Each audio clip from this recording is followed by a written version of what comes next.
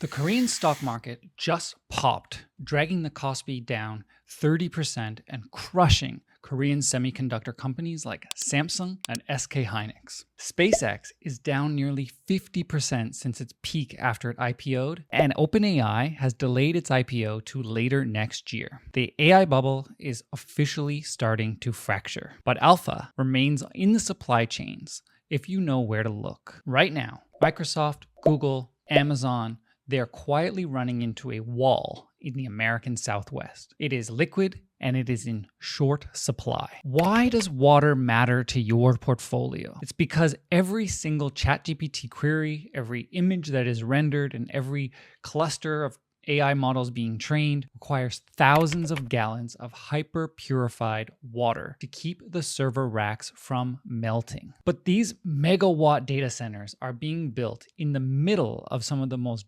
dry places in all of North America. So what happens when that water starts to be rationed or it dries up? These tech giants have massive budgets, and they're not going to turn off their servers. They're going to pay whatever price it takes to secure their water supply. Look, by 2030, US data centers are projected to demand up to 1.45 billion additional gallons of water every single day. That is the entire daily water supply of New York City. And financial media wants us to think that water is only for ESG environmentalism. But what is actually happening now is totally different. They're missing that this is creating a $58 billion infrastructure water gold rush for equipment and sanitation companies. And water is now an essential part of industrialization for AI. Here's the reality on the ground in 2026. Next-gen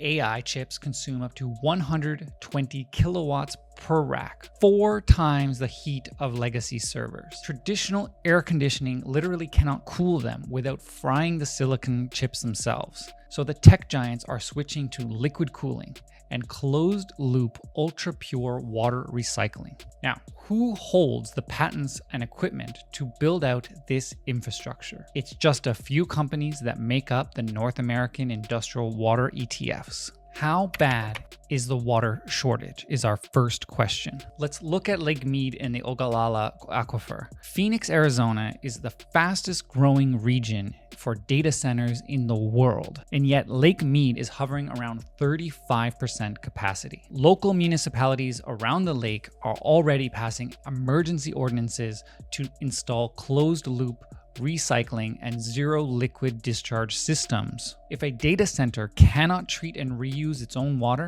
it simply doesn't get a permit to operate. This turns water treatment from an optional to a mandatory requirement on every AI data center build-out. So where is the smart money hiding? Let's look at the top North American water ETFs right here. Notice something crucial. These funds are not just boring municipality utility plays. These are funds like in PHO's ETF and FIW. They're heavily weighted towards advanced industrial technology companies like Ecolab and Xylem. These companies specialize in water treatment, sanitation, biofouling, and water pump systems. While the retail crowd is buying into generic tech ETFs, institutions are already looking to corner the market on water, which is going to be the pickaxe and shovel of the AI infrastructure development. How big is this opportunity? The total global water and wastewater treatment market is expected to expand from $322 billion in 2024 to over $591 billion by 2030. It's the fastest growing segment.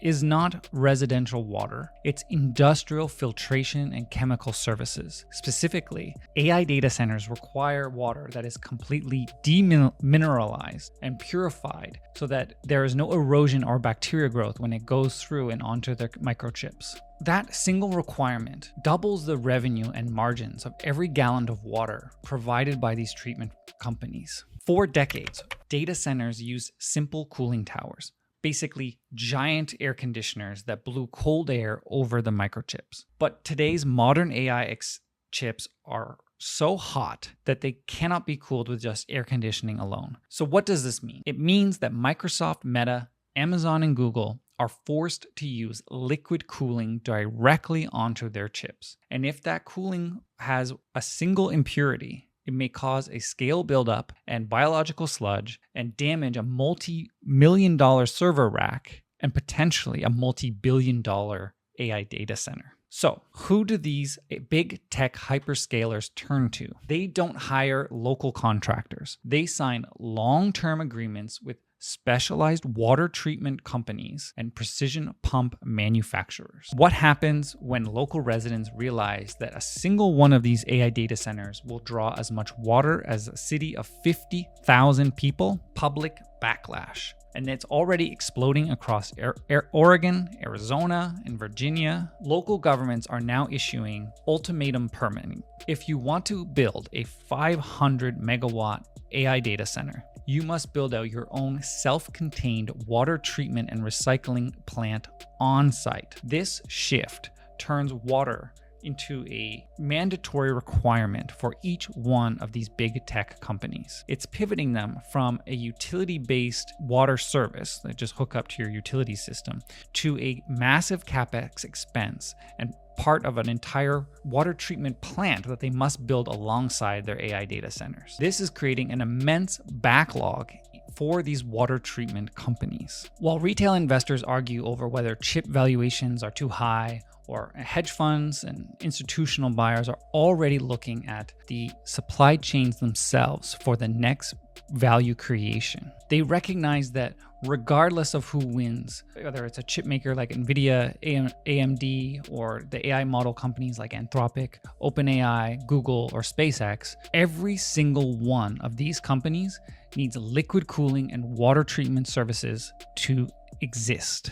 So here's our playbook for the AI water infrastructure cycle. Scenario 1, the core defensive strategy. Just broad water ETFs. Low volatility exposure to some of the companies that are building out most of these AI data centers. They have built-in dividends and they're stable, primarily located in North America. These are companies like Invesco Water Resources ETF, PHO. They focus on US water equipment and lab analytics and treatment services. First Trust Water ETF, FIW, is another one. They're highly balanced exposure to water infrastructure, engineering, and water pumps systems. And our third is Invesco's S&P Global Water Index ETF, CGW. They are a global utility and industrial water management company. Our second scenario is a pure play alpha strategy, direct investment into the supply chain of companies that are the most likely to benefit. This is high exposure to high margin liquid cooling and sanitation supply companies that the tech companies have already contracted with. Companies like Ecolab, ECL, they are the undisputed leader in industrial water treatment and biofouling prevention. And this is directly protecting the data center cooling towers that are being built. A second choice would be Xylem Inc, XYL. They are a premier manufacturer of smart water pumps and pure water filtration systems. And our last one is Vertiv Holdings Co, VRT. They are a pure-play data center thermal management leader, specializing in direct-to-chip liquid cooling and heat exchangers. Once AI has taken all the water and power it needs from the grid, what will be left for the floundering EV industry? Regional electric utilities in California and Texas and the Rust Belt are already warning their fleet operators that charging networks and their grid upgrades are going to take up to 4 more years. So subscribe and ring the bell for our next video where we explore the impending collapse of the EV industry in North America and the potential opportunities in the EV supply chain.